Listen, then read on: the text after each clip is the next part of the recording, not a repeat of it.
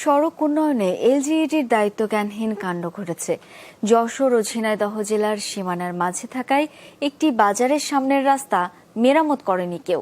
শুধু নিজেদের অংশটুকু কাজ করে দায় শেষ। এতে দুর্ভোগে বাজারে আসা মানুষ। যশোরের চৌগাছা থেকে পুরোপাড়া বাজার হয়ে ঝিনাইদহের মহেশপুর চলে গেছে এই সড়কটি। পুরোপাড়া বাজারটি পড়েছে দুই উপজেলার সীমানায়, তাই বাজারের সামনের সড়কের দিকে নজর নেই কারো।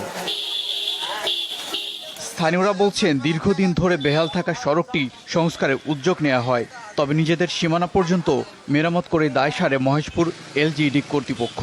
একই চিত্র চৌগাছাতেও, শুধু বাদ রাখা হয় বাজারের সামনের অংশের সড়ক।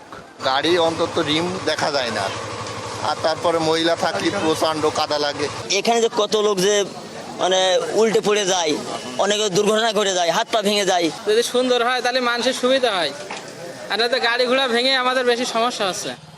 অথচ পুরোপাড়া বাজারে আছে 60টি রাইস মিল, রয়েছে 4টি ব্যাংকের শাখাসহ 2000 ব্যবসা প্রতিষ্ঠান।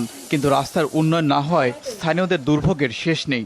অনেক চাতাল আছে আর বড় বড় ব্যবসা আছে, কিন্তু বাজারের যে অবস্থা এখানে তো থাকা খুবই কষ্টকর। প্রত্যেকটা ঘর রাস্তা ছাড়া অনেক উঁচু করে তৈরি করা, যার কারণে একটু বৃষ্টি হলেই রাস্তাগুলো ব্যবহার হচ্ছে ড্রেন হিসাবে। ব্যবসায়িক বড় একটা বাজার, অথচ এই বাজারের কোনো উন্নয়ন নেই। এই বাজারে এমপি বলেন, চেয়ারম্যান বলেন, কোনো খেয়াল নেই। অবশ্য আসার কথা শোনালেন চৌগাছা উপজেলা নির্বাহী কর্মকর্তা। জানালেন, টেন্ডার হয়ে গেছে, শিগগিরই শুরু হবে কাজ। টেঙ্গুরপুর বাজার থেকে যাদবপুর বাজার সড়কের 920 মিটার রাস্তা রিহ্যাবিলিটেশন ওয়ার্কের মাধ্যমে আর সংস্কারের টেন্ডার প্রক্রিয়া চলমান। টেন্ডার প্রক্রিয়া শেষ হলে কাজটি শুরু হবে। আর আশ্বাস নয়, এবার দৃশ্যমান অগ্রগতি দেখতে চান দুই উপজেলার মানুষ।